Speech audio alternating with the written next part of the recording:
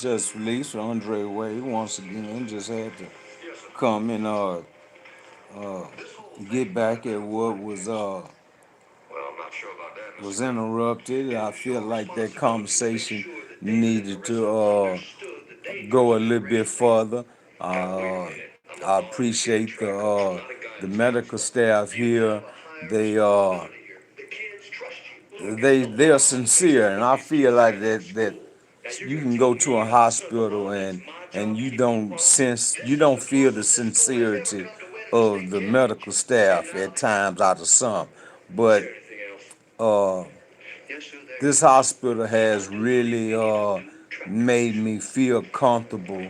I believe after my first night stay here, I poured out a lot that I felt that I didn't feel, and one of the nurses, she I seen a look in her eyes because I think that I didn't make her feel what she was trying to make me feel, and that was comfortable and to ease things because of my condition. But I had apologized because I was I was I was stuck on another medical facility ways when I had to realize that this medical facility had the same sincerity and that heart of what they was trying to do, and that would save my life and make my life comfortable as possible here.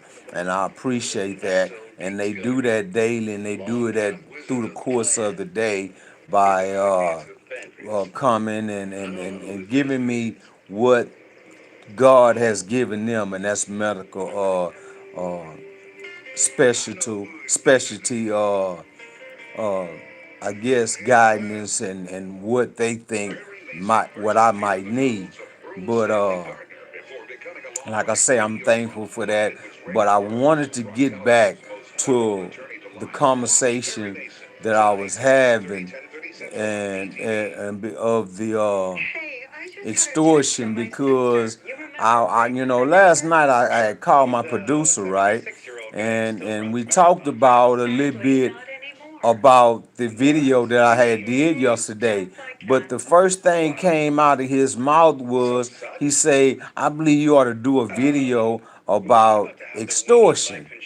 And it kind of you know it kind of hit me, right, because throughout my years of doing time and going through the state school facilities and all that, I seen extortion go on, and I seen the change of extortion.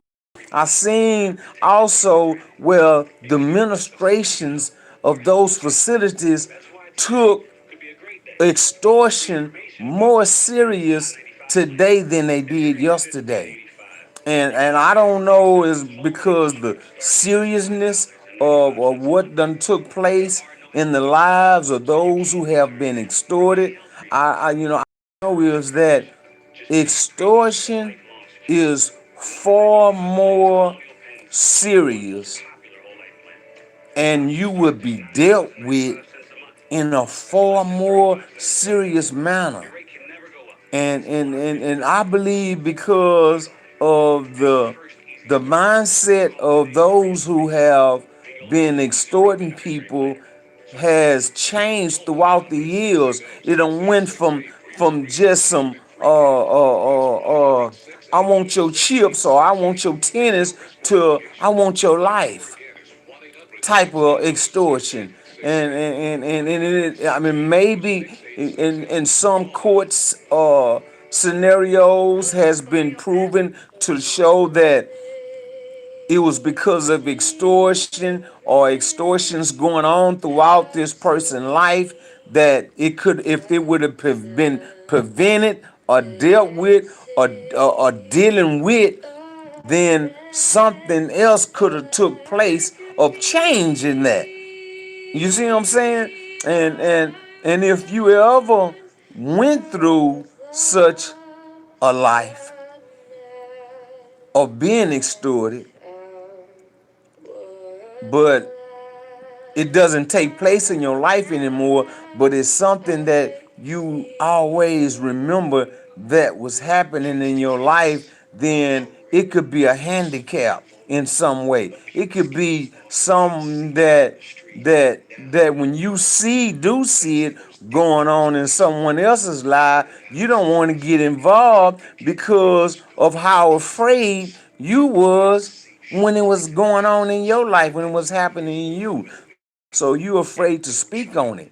But and that's what my conversation is about, is that when we see it happening to someone, when we seeing it happening to an individual that's totally uh unfit, unable to defend themselves, but all it takes is somebody on the outside that's looking in to help, then we should help that individual, because if you know what it's like and you've been through it, then you shouldn't want nobody else to go through it. You see what I'm saying? And so when I think about what my producer, what he was telling me last night, and what we was talking about, and I kind of heard the sincerity in his heart about it more so, and he really wanted me to talk about this, regardless of the view rate. And it wasn't about the view rate. He just felt that this should have been talked about because it's taking place. It's taking place, and so many people are aware of it, but it's not enough people that's trying to step up for it, trying to speak out for it, trying to do something about it. That can.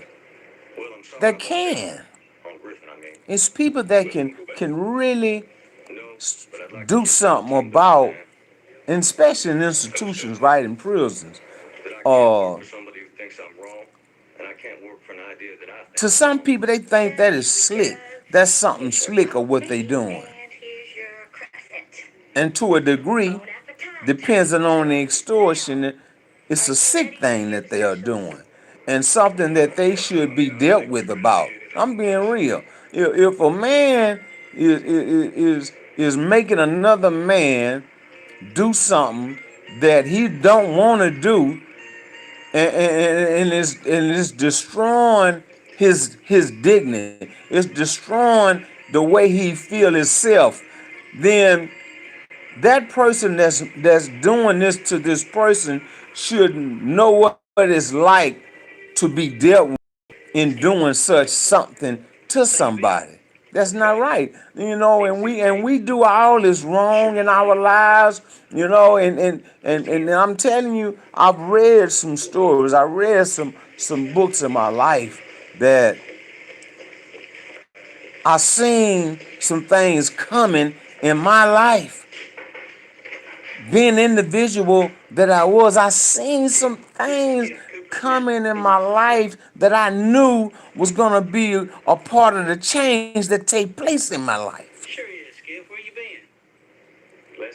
I never been a person who extorted anybody, but I seen extortion take place around me and didn't really do anything about it. But I have fought. Listen to me, I had some fights behind that because it was being done to somebody I was all right with. See, if it wasn't nobody I wasn't all right with, I really didn't, care. But it was being done to somebody that I was all right with, and I wasn't gonna allow that to happen. So I went to I put them things on the dude. You know what I'm saying? He wasn't gonna do that to my partner no more. But I used to have to, if it was somebody that even if I didn't mess with, I would talk to him and let him know, man, about not doing that. I used to have dudes when I was in the county used to pay me for protection, right? And I look at that, right? I used to accept that money, right, to protect them, right? But after doing it for so long for them, cause see, when people pay for you to protect them, they'll do something that's not out that's out of the ordinary that they should have they butt whooped for. But here it is, they paying you for protection, so they feel that you should protect them for whatever they do. So I got out of that field. I got out of that field because I wasn't gonna be a flunky for you. See, I wasn't gonna be no flunky for you. Cause I help anybody if they're willing to help themselves.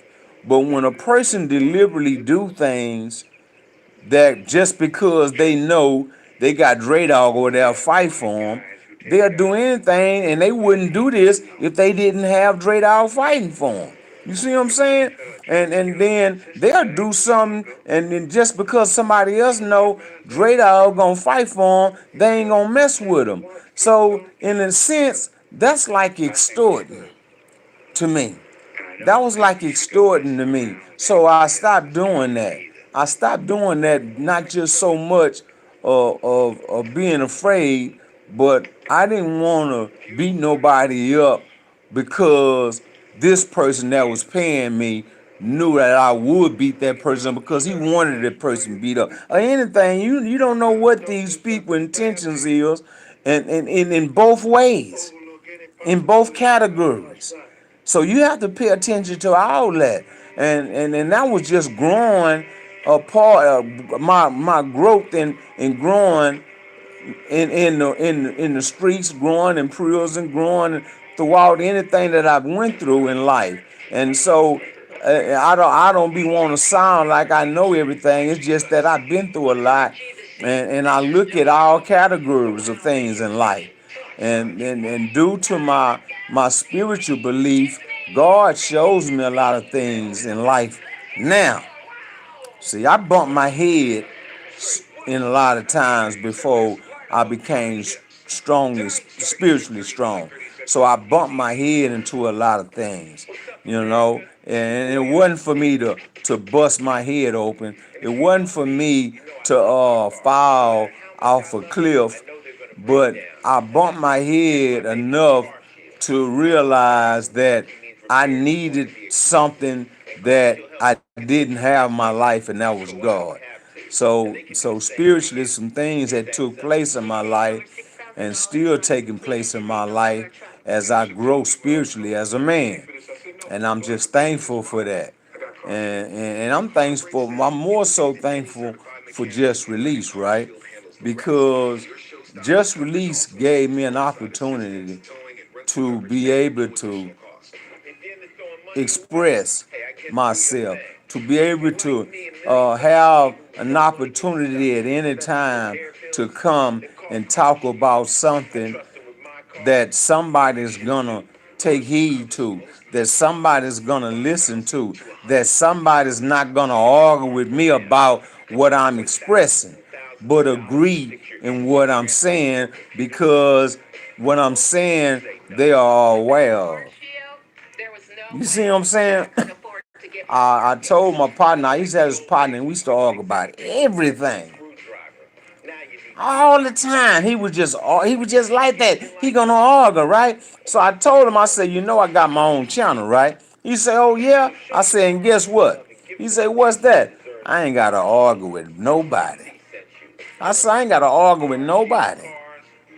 This man would argue with this man. You can have the book and put it in front of him and show him. He not because he know the truth is there. He not gonna look at the book. He's not gonna look. He's not even gonna look at it. So somebody else might tell him, "Well, it's right here." He ain't gonna want to look at it because you went and got the book. As long as you didn't go get the book, it was But that's how people are. But we know things that goes on in people's lives that's not right. When I said we know, we should want to do something about it. We should want to speak about it. We should want to do something that can help that person that can't help themselves. You see what I'm saying? Because there's a time when something might take place in that person's house, or in that person's home, in that person's life that can harm that person, that can harm someone of his life because shame, because so much that had taken place in their life that they felt like they had to be closed-mouthed and not want to speak out when they could have. So we're gonna keep it real. We're gonna keep it real. We're gonna stay on point. And I told you, when you tell somebody about just release, tell me that like button. Tell me that like button. Because ain't no telling what they might hear. Ain't no telling what I might come back with. And if you was all right with what I was talking about today, because I know I was separated from the first episode, and I felt like I needed to come back with this episode because I know my producer. I know he gonna straighten it out for me. He gonna straighten it out for me. But I was in that mood of want to speak upon things that I felt like needed to be heard about extortion, because extortion is taking place even in society, in our workplaces, in our schools, among our children right now today. And it should be talked about among our kids. It should be spoken about among our friends. Because, see, I told you the worst thing could take place in a person that's being extorted is shame. And if they feel shameful, then they won't speak out unless somebody say something. Unless somebody say something. So guess what? When you tell somebody about just release, tell me that like button. Tell me that like button. Because guess what? They gonna like it. They gonna like it. Hey, what's up with these caps? What's up with these? What's up? I got put some orders in. If you don't know how to do it, put some orders in. Y'all leave them complaints still. I'm gonna let you know how to go get it, or I go get it for you. You can get it for me. Cause this is just released with Andre Wade, and I'll be back with something else.